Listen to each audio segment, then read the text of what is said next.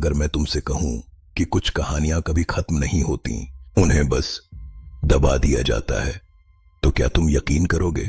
Los Angeles की घने पहाड़ियों के बीच, जहां कोहरा कभी नहीं उठता, एंजल क्रेस्ट बोर्डिंग स्कूल। दूर से देखो तो सपनों जैसा।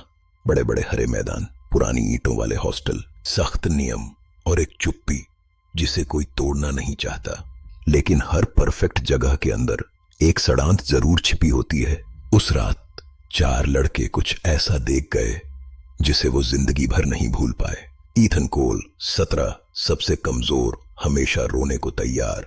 नोआ बेनेट 18, केयरिंग टाइप लेकिन डरपोक। लुकास रीड 18, लॉजिक का भक्त, सब कुछ समझने की कोशिश करता। और रायन कार्टर 19, लीडर, स्ट्रांग बनो या डिसअपियर हो जाओ वाला। 4 नाम, एक दोस्ती और एक राज जो सिर्फ उन्हें पता था। सुबह 5-7 बजे, ठंडी हवा, खाली मैदान। जल्दी भागो यार, आज फिर सीनियर नहीं छोड़ेंगे, ईथन हांफते हुए बोला। नोआ पीछे मुड़कर देखा। प्लीज आज छोड़ दो, कल से। लुकस ने दांत पीसे। यहां कल नहीं होता नोआ, यहां सिर्फ सरवाइव करना होता है। तीनों हंसे, लेकिन हंसी में डर साफ था। एड्रियन वेल्स सबसे पीछे था, पतला, कमजोर, स्कॉलरशिप स्टूडेंट, कोई फैमिली नहीं। फिर भी उसकी आंखों में अजीब सी शांति थी। मैं ठीक हूं, तुम लोग टेंशन मत लो, उसने हल्के से कहा। नोआ ने उसका कंधा पकड़ा। तू हर बार यही बोलता है और हर बार सबसे ज्यादा तू ही टूटता है।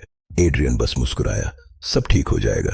तभी ओए, रायन कार्टर, जेसन और टाइलर, तीनों सीनियर धीरे धीरे उनकी तरफ बढ़े। रायन मुस्कुराया, लेकिन आंखें बर्फ जैसी ठंडी। एंजल क्रेस्ट के रूल्स सिंपल हैं, स्ट्रांग बनो या फिर गायब हो जाओ। जेसन हंसा। आज का टास्क इजी है भाई, टाइलर ने उंगली गिनाई। 10 राउंड्स ग्राउंड, बिना रुके, 20 लैप्स स्विमिंग पूल और ऑब्स्टिकल कोर्स। रायन ईथन के कान के पास झुका। अगर बीच में रुके तो पनिशमेंट अलग से मिलेगा। स्टार्ट। भागना शुरू हुआ।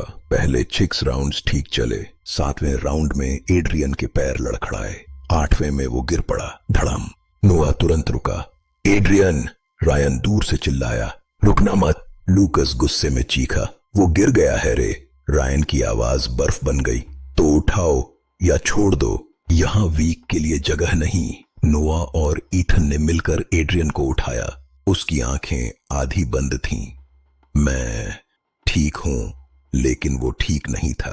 10 राउंड समहाउ पूरे हुए। स्विमिंग पूल, पानी बर्फ जैसा। एड्रियन पानी में घुसते ही कंट्रोल खो बैठा। नोआ ने तुरंत पकड़ा। लुकस ने बाहर खींचा। रायन ताली बजाता रहा। Nice team work. अब last task, obstacle course. Adrian अब चल भी नहीं पा रहा था, उसका शरीर कांप रहा था। नोआ फुसफुसाया, बस कर दे यार। एड्रियन ने सिर हिलाया। नहीं, अगर मैंने छोड़ा तो वो तुम्हें नहीं छोड़ेंगे। आखिरी दीवार। एड्रियन चढ़ा, हाथ फिसला और वो नीचे गिरा। इस बार वो उठा नहीं। एड्रियन, नोआ पास गया। एड्रियन उठ। कोई जवाब नहीं। लूकस ने उसका चेहरा पकड़ा। मजाक मत कर रे, ईथन धीरे से बोला। ये सांस नहीं ले रहा। सन्नाटा। रायन आगे बढ़ा, पल्स चेक किया। उसका चेहरा पहली बार पिघला। शिट। जेसन घबराया। क्या हुआ? रायन ने धीरे से कहा। ये गया। नोआ पीछे हटा। नहीं, ऐसा नहीं हो सकता। ईथन फूट फूट कर रोने लगा। रायन खड़ा हुआ। डर था उसकी आंखों में, लेकिन दिमाग अभी भी तेज चल रहा था। सुनो सब, अगर ये बात बाहर गई तो हम सब खत्म।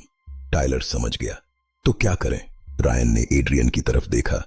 स्कॉलरशिप स्टूडेंट, नो फैमिली, आज रात ये यहां से गायब हो जाएगा।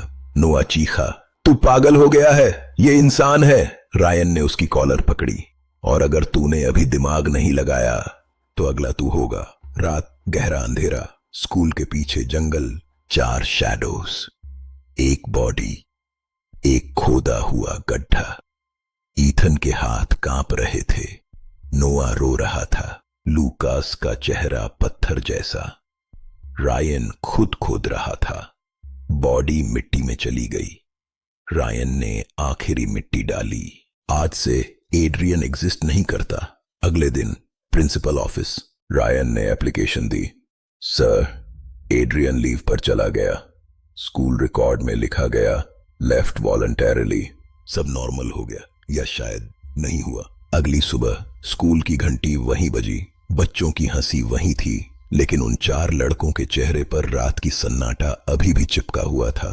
नोआह अपने बिस्तर पर बैठा था, आंखें लाल, नींद गायब। उसने सोचा था कि सुबह सब भूल जाएगा, लेकिन हर बार जब आंख बंद करता एड्रियन का चेहरा आ जाता, वो शांत चेहरा जो मिट्टी के नीचे चला गया था। बस एक सपना था, उसने खुद से कहा। तभी टप टप टप किसी के गीले पैरों की आवाज कॉरिडोर में। नोआह उठा, दरवाजा खोला। कोई नहीं, लेकिन फर्श पर गीले निशान थे, जैसे कोई पानी से भीगा हुआ अभी अभी यहां से गुजरा हो। निशान उसके बिस्तर की तरफ जा रहे थे। नोआह का गला सूख गया। कौन कौन है? सन्नाटा। फिर उसके बिस्तर के पास से एक हल्की सी आवाज आई, बिल्कुल एड्रियन जैसी, हल्की और थकी हुई। मैं ठीक हूं। नोआह का शरीर जम गया। वो धीरे से पीछे मुड़ा। कोई नहीं था, लेकिन बिस्तर पर 2 गीले हाथ के निशान थे, जैसे कोई अभी बैठा हो। उसने चादर उठाई और बिस्तर पर बैठ गया। आंखों से आंसू निकल आए। एड्रियन, माफ कर दे यार। उस दिन क्लास में एथन की हालत सबसे खराब थी। वो लास्ट बेंच पर बैठा था। टीचर कुछ पढ़ा रहे थे, लेकिन एथन की नजर बार बार खाली लास्ट बेंच पर जा रही थी। वहां एक भीगी हुई फिगर बैठी थी, झुकी हुई गर्दन। एड्रियन। एथन ने आंखें बंद की, फिर खोली। कुछ नहीं, लेकिन बेंच पर गीला निशान था, बिल्कुल उसके शेप में। एथन का सांस तेज हो गया। उसने अपना पेन कसकर पकड़ा और खुद से बोला, यह सिर्फ मेरा दिमाग है, सिर्फ दिमाग है। एथन, टीचर की आवाज आई, फोकस करो बेटा। Sorry sir. लेकिन उसका ध्यान अब क्लास में नहीं था। हर 2 मिनट बाद वो पीछे मुड़ता और हर बार कुछ न कुछ गीला दिखता। Break time. नोआह अकेला वॉशरूम में खड़ा था, मिरर में अपना चेहरा देख रहा था। आंखें लाल, चेहरा उड़ा हुआ। सब खत्म कर देना चाहिए, पुलिस को बता देना चाहिए, वो खुद से फुसफुसा रहा था।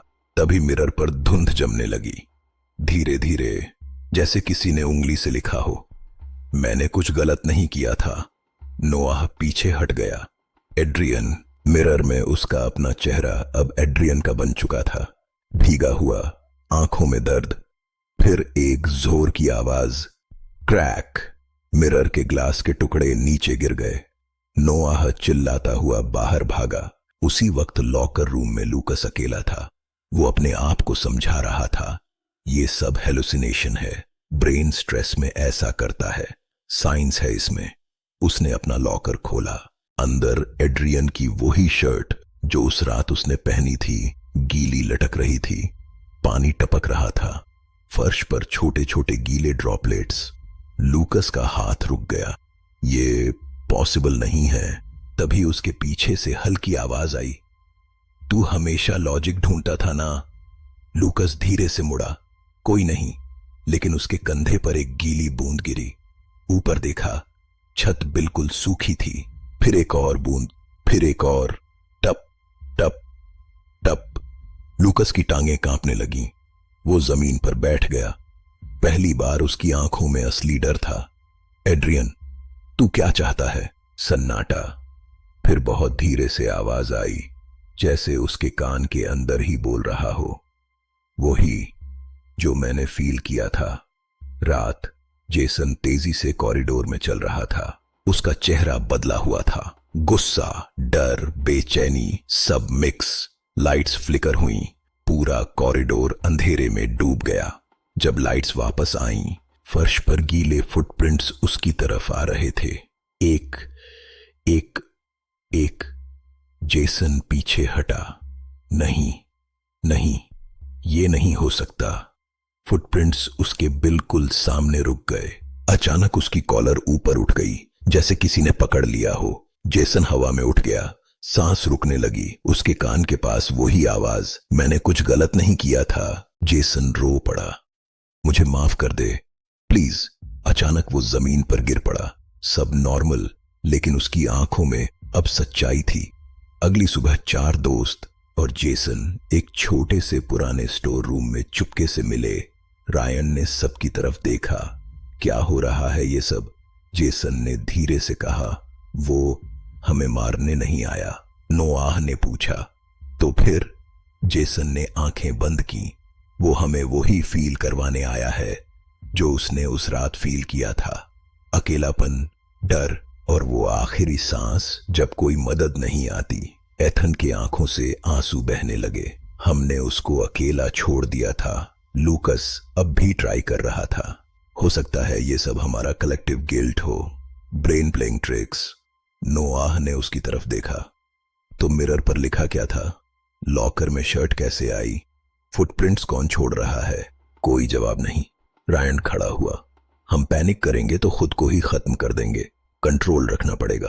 लेकिन उसकी आवाज में पहली बार डर था। उसी शाम ग्राउंड पर जब वो उसके और करीब आया, हवा एकदम ठंडी हो गई। एमिली रुक गई। रायन, वेट, ऐसा लग रहा है कोई हमें देख रहा है। रायन ने पीछे मुड़कर देखा। दूर एक पेड़ के पास एड्रियन खड़ा था, भीगा हुआ, शांत, सिर्फ उन्हें देख रहा था।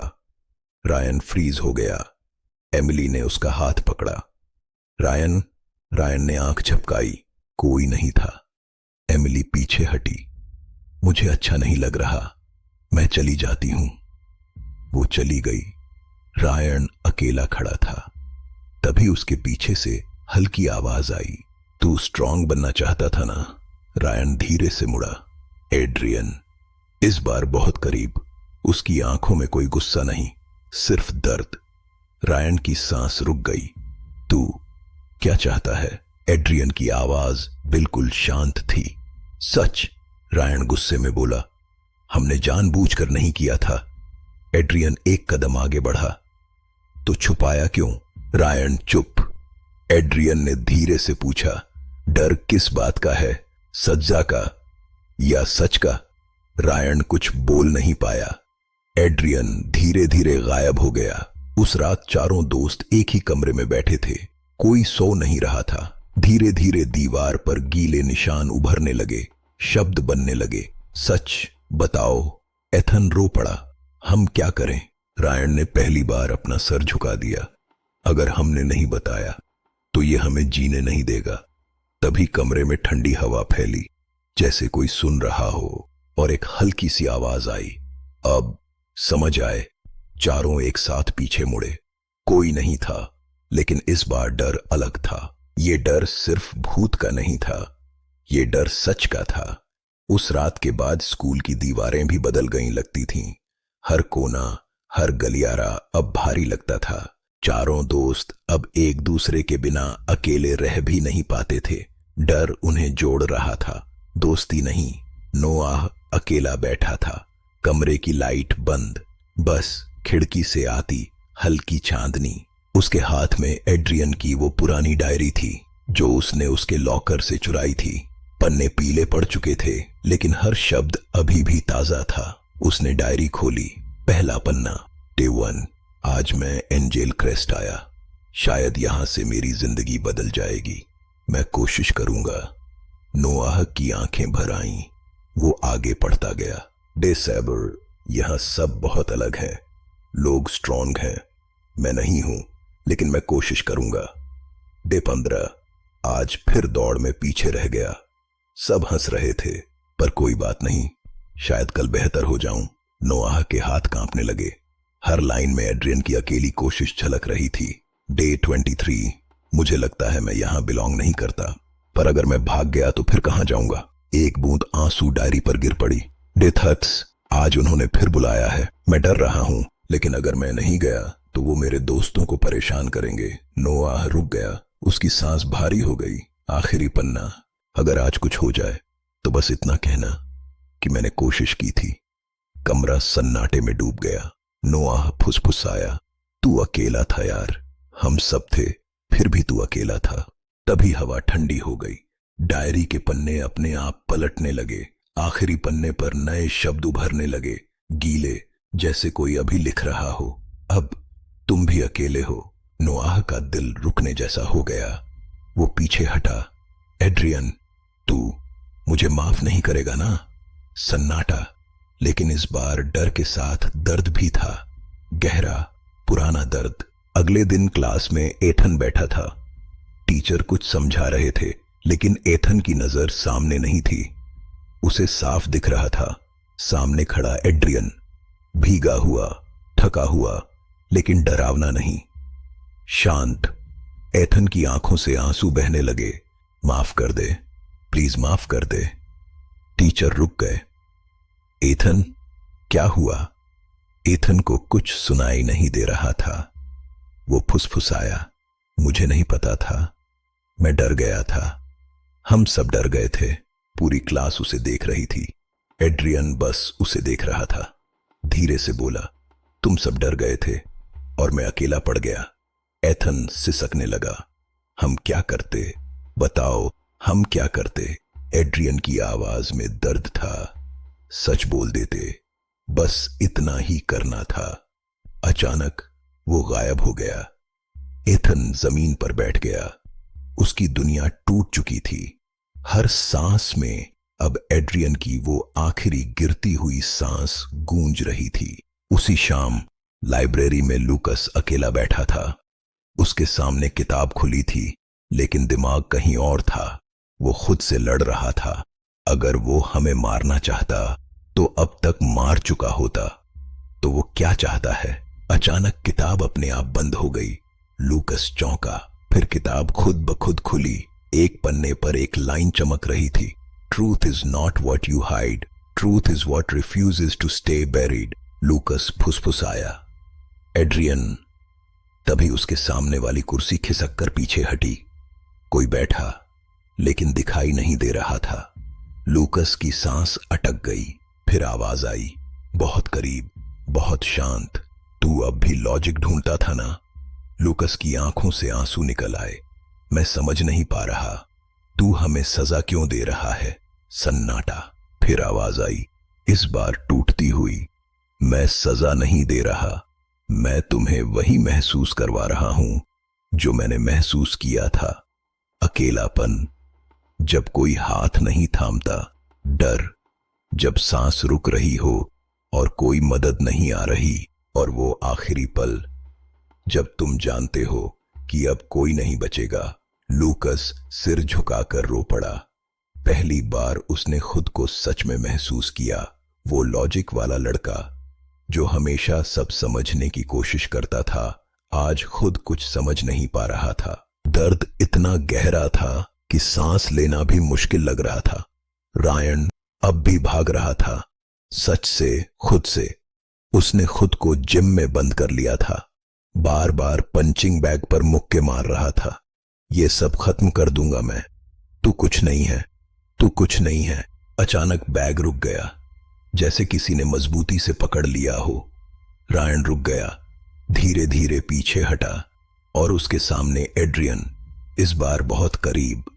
भीगा हुआ चेहरा, लेकिन आंखों में गुस्सा नहीं, सिर्फ थकान और सवाल। रायन की सांस भारी हो गई। तू चाहता क्या है? एड्रियन शांत रहा। तू कब तक स्ट्रांग बनने का नाटक करेगा?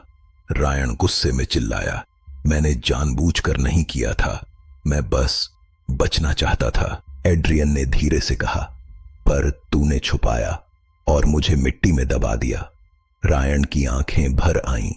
मुझे डर था, बहुत डर था। एड्रियन की आवाज में दर्द घुला था। मुझे भी था, जब मैं गिर रहा था, जब पानी में डूब रहा था, जब तुम सब देख रहे थे और कोई हाथ नहीं बढ़ाया। रायन टूट गया। वो घुटनों के बल बैठ गया। मैं उसे बचा सकता था, पर मैंने सोचा कि मैं बच जाऊं, मैं स्ट्रांग बन जाऊं। एड्रियन ने धीरे से कहा, और अब? रायन रोते हुए बोला, अब मैं हर दिन मर रहा हूं, हर सांस में तेरा चेहरा आता है। कुछ पल बाद एड्रियन धीरे धीरे पीछे हटा। तो जीना सीख, सच के साथ वो गायब हो गया। उस रात चारों दोस्त फिर एक कमरे में बैठे। कोई बहस नहीं, कोई झूठ नहीं, बस सन्नाटा और भारी सांसें। नोआह ने डायरी बीच में रख दी। हमें सब बताना होगा। लूकस ने सिर हिलाया। एथन रोते हुए बोला, हम देर कर चुके हैं। रायन ने पहली बार बिना झिझके कहा, नहीं, अभी भी वक्त है। तभी कमरे में हल्की सी रोशनी फैली। चारों पीछे मुड़े। एड्रियन खड़ा था। इस बार डरावना नहीं, शांत, हल्की मुस्कान। नोआह धीरे से बोला, तू हमें छोड़ देगा? एड्रियन ने जवाब दिया, जब तुम खुद को छोड़ दोगे, जब तुम वो बन जाओगे जो तुम्हें होना चाहिए था। एथन ने पूछा, मतलब? एड्रियन ने कहा, जब तुम सच बोल दोगे तभी यह खत्म होगा। धीरे धीरे वो गायब हो गया। कमरे में सन्नाटा, लेकिन इस बार डर कम था और दर्द ज्यादा। दर्द इस बात का कि अब सच बाहर आने वाला था और उसके बाद कुछ भी पहले जैसा नहीं रहेगा। कुछ सच कह देने से हल्के नहीं होते। कुछ सच जिंदगी भर सीने में धंस जाते हैं और हर सांस सजा बन जाती है। सुबह की पहली किरण स्कूल की पुरानी इमारत पर पड़ी थी, लेकिन उस दिन धूप भी ठंडी लग रही थी। चारों लड़के, रायन, नोआह, लूकस और एथन प्रिंसिपल के ऑफिस के बाहर खड़े थे। उनके चेहरे पीले पड़ चुके थे। रात भर की नींद नहीं आई थी। नोआह की आंखों के नीचे गहरे काले घेरे थे। एथन बार बार अपने हाथ कांपते हुए छुपा रहा था। लूकस, जो हमेशा लॉजिक की दीवार बनाकर खड़ा रहता था, आज सिर झुकाए चुप था। और रायन, वो अब भी कोशिश कर रहा था कि उसकी आवाज मजबूत लगे, लेकिन उसके अंदर कुछ टूट चुका था। दरवाजा खुला। प्रिंसिपल ने उन्हें देखा। आओ, बैठो। रायन ने पहली बार बिना रुके सब कुछ बोल दिया। हर पल, हर गलती, हर डर। सर, हमने एड्रियन को मार नहीं दिया, लेकिन हमने उसे अकेला छोड़ दिया। हमने उसे दफना दिया क्योंकि हम डर गए थे। कमरे में सन्नाटा छा गया। प्रिंसिपल की आंखें बदल गईं। उन्होंने लंबी सांस ली। पुलिस को बुलाओ। बस इतना। कोई चीख पुकार नहीं, कोई गुस्सा नहीं, सिर्फ एक ठंडा फैसला। उस दिन स्कूल हिल गया, जंगल खोदा गया, मिट्टी हटाई गई और वो मिला। एड्रियन, भीगा हुआ चेहरा, आंखें आधी बंद, जैसे अभी भी सो रहा हो। नोआह वहीं जमीन पर बैठ गया। उसके हाथ कांप रहे थे। हमने सच में इसे अकेला छोड़ दिया था। लूकस ने आंखें बंद कर लीं। एथन जोर जोर से रो रहा था। रायन बस खड़ा था। उसके अंदर कुछ बचा ही नहीं था। पोस्टमार्टम रिपोर्ट आई। डॉक्टर ने रिपोर्ट पढ़ते हुए सिर हिलाया। लड़का मरने से पहले कुछ देर तक जिंदा था। दफन होने के बाद भी ऑक्सीजन कम थी। धीरे धीरे सांसें रुकती गईं। ये एक लाइन, बस एक लाइन, लेकिन उसने चारों के सीने में चाकू घोंप दिया। वे उसे जिंदा दफना चुके थे। केस चला, स्कूल हिल गया। एंजेल क्रेस्ट स्कैंडल, अखबारों में हेडलाइन। चारों गिल्टी पाए गए। सजा बाहर से कम थी, अंदर से आजीवन। समय बीतता गया, साल गुजर गए। एंजेल क्रेस्ट अब वैसा नहीं रहा। स्कूल बंद हो चुका था। पुरानी इमारत में अब सिर्फ सन्नाटा और पुरानी यादें रह गई थीं। नोआह अब एक काउंसलर बन गया था। वो उन बच्चों की मदद करता था जो डर में जी रहे थे। हर बार जब कोई बच्चा कहता, मुझे डर लगता है, तो नोआह के दिमाग में वही आवाज गूंजती, मैंने कुछ गलत नहीं किया था। वो मुस्कुराने की कोशिश करता, लेकिन अंदर से वो आज भी उसी रात में फंसा हुआ था। हर रात वो डायरी निकालता और आखिरी पन्ने पर लिखे शब्द पढ़ता, अब तुम भी अकेले हो, और रो पड़ता। लूकस अब एक राइटर बन गया था। वो सच लिखता था, कहानियां नहीं, हकीकत। उसकी हर किताब में एक किरदार होता जो हमेशा कहता, ट्रूथ नेवर डाइज। लोग उसकी राइटिंग की तारीफ करते, लेकिन कोई नहीं जानता था कि हर शब्द उसके अंदर के दर्द से निकला है। वो अब भी लॉजिक ढूंढता था, लेकिन हर लॉजिक एड्रियन की उस आखिरी सांस पर टकराकर टूट जाता था। एथन कभी ठीक नहीं हुआ। वो थेरेपी में था, दवाइयों में, खामोशी में। रात को आज भी उठकर चिल्लाता था, एड्रियन उठ, प्लीज उठ। लेकिन अब कोई जवाब नहीं आता। उसकी नींद में अब भी गीले फुटप्रिंट्स आते थे। वो जानता था कि वो कभी माफ नहीं होगा। और रायन, सबसे स्ट्रांग, सबसे टफ, वो बदल गया था। वो अब अनाथ बच्चों के लिए काम करता था, हर उस बच्चे के लिए जिसका कोई नहीं था, क्योंकि उसे पता था अकेला होना कैसा होता है। एक दिन रायन एक छोटे से घर में बैठा था। उसके सामने एमिली। उसकी आंखों में सच्चाई थी। मुझे तुझसे कुछ कहना है, रायन ने कहा। एमिली ने उसका हाथ पकड़ा। क्या हुआ? रायन की आवाज धीमी थी। अगर मैं वो नहीं हूं जो तू समझती है। उसने आंखें बंद की और सब कुछ बता दिया। हर एक पल, हर गलती, हर डर, और वो पोस्टमार्टम रिपोर्ट कि एड्रियन जिंदा था जब वे उसे दफना रहे थे। कमरे में खामोशी फैल गई। एमिली की आंखों से आंसू गिर रहे थे, लेकिन वो उठी नहीं, भागी नहीं। बस एक सवाल पूछा, तू आज कैसा इंसान है? रायन ने धीरे से कहा, मैं हर दिन कोशिश करता हूं कि मैं वो गलती फिर कभी ना करूं। एमिली ने उसका हाथ कसकर पकड़ा। तो फिर तेरा अतीत तेरी सजा नहीं है। रायन की आंखों से आंसू बह निकले। उसने पहली बार खुद को थोड़ा हल्का महसूस किया। उस रात रायन घर के बाहर खड़ा था। ठंडी हवा, शांत आसमान और एक अजीब सी शांति। वो धीरे से बोला, एड्रियन। कुछ सेकंड बाद उसके पीछे हल्की सी आहट। रायन मुड़ा। एड्रियन, इस बार डरावना नहीं, रोशनी जैसा, शांत। रायन की आंखें भर गईं। मैंने देर कर दी। एड्रियन हल्का सा मुस्कुराया। पर तू आया। रायन की आवाज टूट गई। मैंने तुझे अकेला छोड़ दिया और तू जिंदा था। मैंने तुझे जिंदा दफना दिया। एड्रियन ने धीरे से कहा, अब तू किसी और को अकेला नहीं छोड़ता। सन्नाटा। रायन की आवाज टूटती हुई थी। क्या अब तू जाएगा? एड्रियन ने कहा। मैं कभी गया ही नहीं था, मैं बस तुम्हारे अंदर था। रायन की आंखें बंद हो गईं और अब एड्रियन धीरे धीरे धुंध में घुलने लगा। अब तू तैयार है? रायन हाथ बढ़ाता रहा। रुक। लेकिन इस बार एड्रियन रुका नहीं। वो चला गया, हमेशा के लिए। रायन वहीं खड़ा रह गया। उसकी आंखों से आंसू गिरते रहे, लेकिन इस बार उसके चेहरे पर एक अजीब सी शांति थी। क्योंकि कुछ लोग मरते नहीं, वो आपके अंदर रह जाते हैं जब तक आप इंसान बनना नहीं सीख लेते। लेकिन कहानी यहीं खत्म नहीं हुई। 2 हफ्ते बाद रायन को एक पुराना लिफाफा मिला, स्कूल के पुराने रिकॉर्ड रूम से। उसमें एड्रियन की डायरी का एक छुपा हुआ पन्ना था जो उन्होंने कभी नहीं पढ़ा था। आखिरी लाइनें थीं, अगर वे मुझे दफना देते हैं तो मुझे माफ कर देना। वे डरे हुए हैं।